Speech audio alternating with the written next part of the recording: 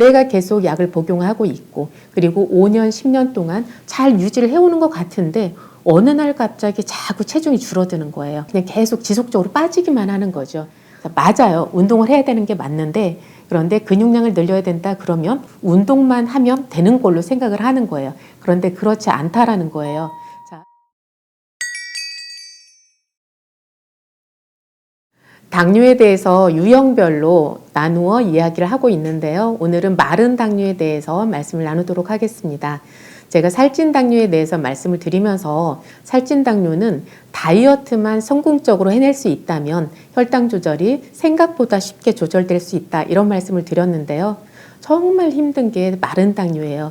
마른 당뇨에서는 혈당 조절이라든지 그 건강을 정상으로 돌려놓는 것이 쉽지가 않다는 것인데요. 자, 처음에 당뇨의 진단을 받게 된 그런 계기가 무엇이었나요? 대부분의 경우에는 갑자기 체중이 빠진다, 입이 마른다, 또는 뭐 화장실을 자주 간다 이런 것들로 인해서 병원에 내원하시면 이제 당뇨 진단을 받게 되는데 그런데 이때만 해도 체중이 비교적 많이 나가는 상태에서 몇 킬로 정도 빠진 것이기 때문에 혈당 조절이 잘 되고 그리고 혈당 조절이 잘 되면서 내가 운동 열심히 하고 잘 먹게 되고 이러면 그 체중을 다시 회복할 수 있게 되죠.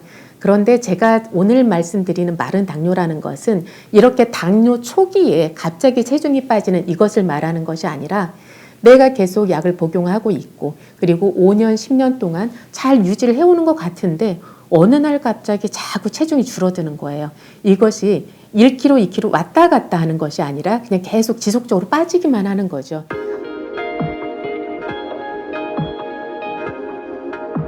4kg, 5kg, 7kg, 어떤 경우에는 한 달 만에 10kg가 빠지기도 해요.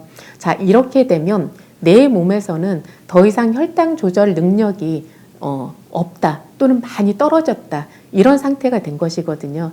자, 이렇게 이제 마른 당뇨가 돼서 내원하시는 분들한테 이제 제가 해결책을 제시해요. 자, 이 상태에서는 내 몸에 혈액을 품을 수 있는 공간 자체가 줄어들기 때문에 자, 근육량이 없어지는 거죠. 근육량이 없어지면서 몸에 기운이 없어지고 기운이 없어지는 것뿐만 아니라 이제 소화기, 위장관 활동에 있어서도 혈액이 필수적인데 위장관 활동에 필요한 그 혈액마저도 충분히 공급이 안 되는 거예요.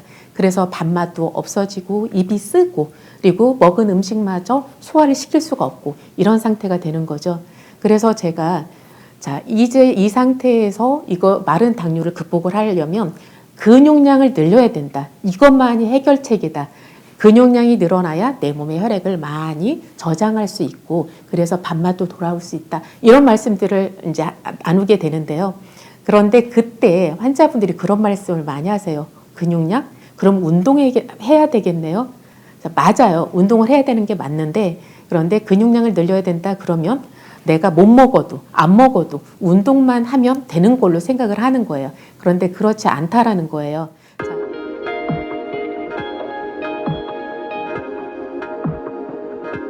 자, 내가 먹는 것도 없이 자꾸 운동만 하면 어떻게 될까요?